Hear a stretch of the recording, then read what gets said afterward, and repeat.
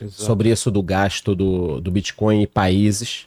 Alguns países têm reservas, que eles não ficam falando muito, mas a gente sabe que tem, que foram apreensões feitas. Então, os Estados Unidos têm, a Alemanha tem, fica nesse vende, não vende, mas tem bastante. E a Rússia, por causa das sanções, ela foi desconectada do sistema SWIFT.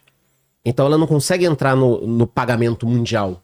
E ela precisa fazer algumas transações com países que dizem que não fazem transações com a Rússia, mas eles fazem. Então, o governo russo já disse que utiliza Bitcoin para fazer essas transações. Já Quer dizer, falaram. o governo usa. Só que, vamos imaginar o seguinte.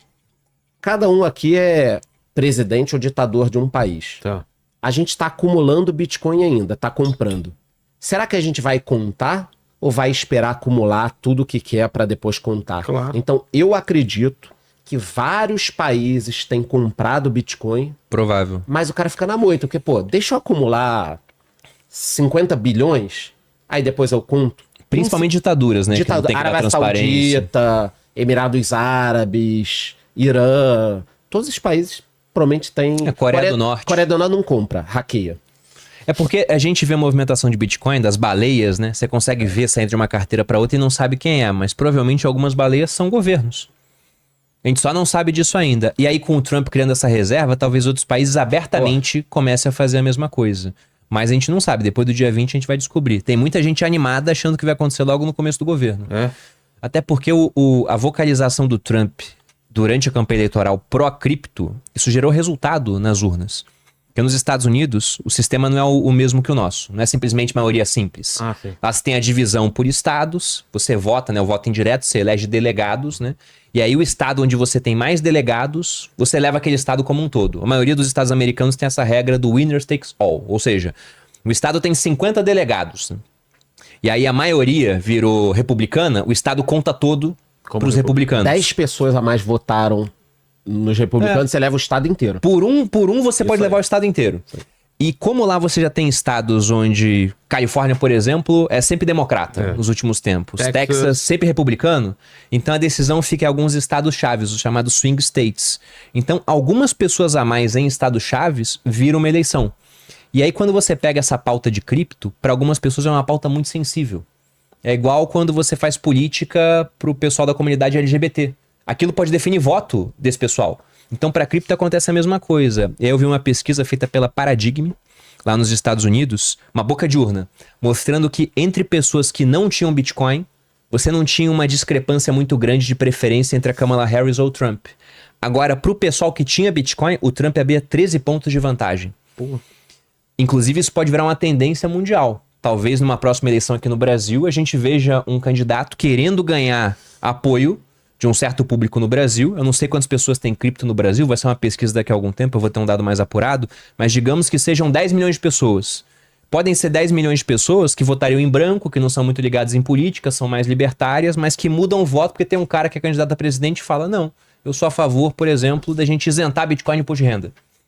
Isso muda voto. O Trump, ele ganhou muita notoriedade entre o pessoal cripto nos Estados Unidos, porque ele falou, a parte de regulatória vai ser melhor, o futuro vai ser construído aqui, vai ter reserva estratégica.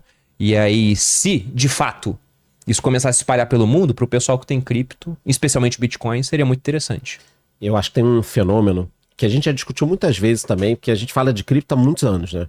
Que é o seguinte, para pessoa física, de uns 4 ou 5 anos para cá, o que eu digo? Eu acho arriscado você não ter cripto. Não é nenhuma recomendação para que vocês saiam comprando, mas eu acho arriscado você não ter nada de cripto. Então, na dúvida, tenha 1%, 2%, 5%, por exemplo. 5% é um número que eu sempre gostei. Por quê? Porque se cripto fosse a zero nos últimos 5 anos, você teria perdido 5% do teu patrimônio. Sim. Cara, você recupera rápido ali, investe bem, você recupera. Então, pior cenário, você perdeu 5%. Melhor cenário, dispara e você vai ter ganho um valor muito relevante, principalmente perante outros investidores. Você vai enriquecer enquanto os outros estão empobrecendo, porque os países emitem muita moeda. Então, o que valia na pessoa física, que é tenha cripto porque é arriscado não ter, agora vai valer para os estados. Por quê? Porque El Salvador foi o primeiro país a comprar e avisar muito, né? Tipo, publicizar. Olha, eu tenho cripto, vai fazer parte das reservas. Tornou moeda oficial. Tornou moeda oficial. Aí o que parecia? Ele é louco. É arriscado demais ter. Mas loucura daqui a pouco talvez seja não ter. Porque se o governo americano disser, a partir de agora eu tenho uma reserva aqui de Bitcoin de X bilhões. Os outros países que não tiverem nada vão sair atrás na corrida. E aí já vai estar mais caro. Então o que valia para pessoa física, na minha opinião, agora tá valendo para países. Começa a ficar arriscado não ter nada.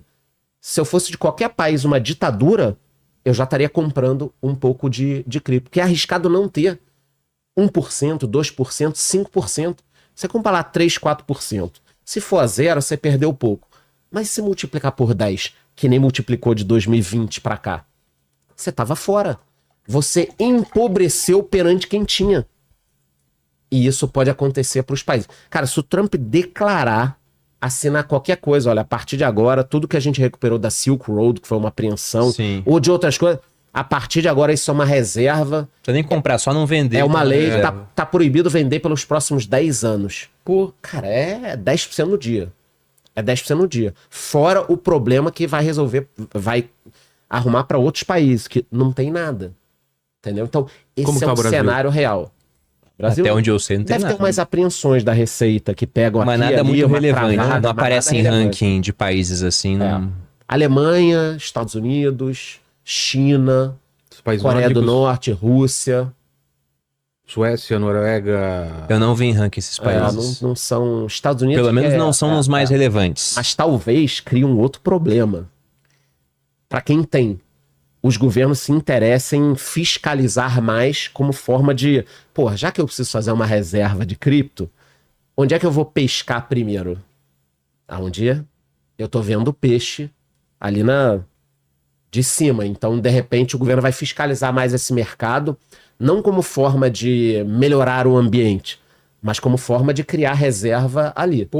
Né? Mas eu acho que o Trump pode assinar alguma coisa nesse sentido, de não necessariamente comprar, mas não vender apreensões. Isso já é Imagina, todas as apreensões. Quanto mais gente usando cripto, mais cripto você vai aprender em várias operações. Né? Hoje em dia tem mercado de aposta pra tudo, né? Então tem um site chamado Polymarket, que tem essas estatísticas de aposta.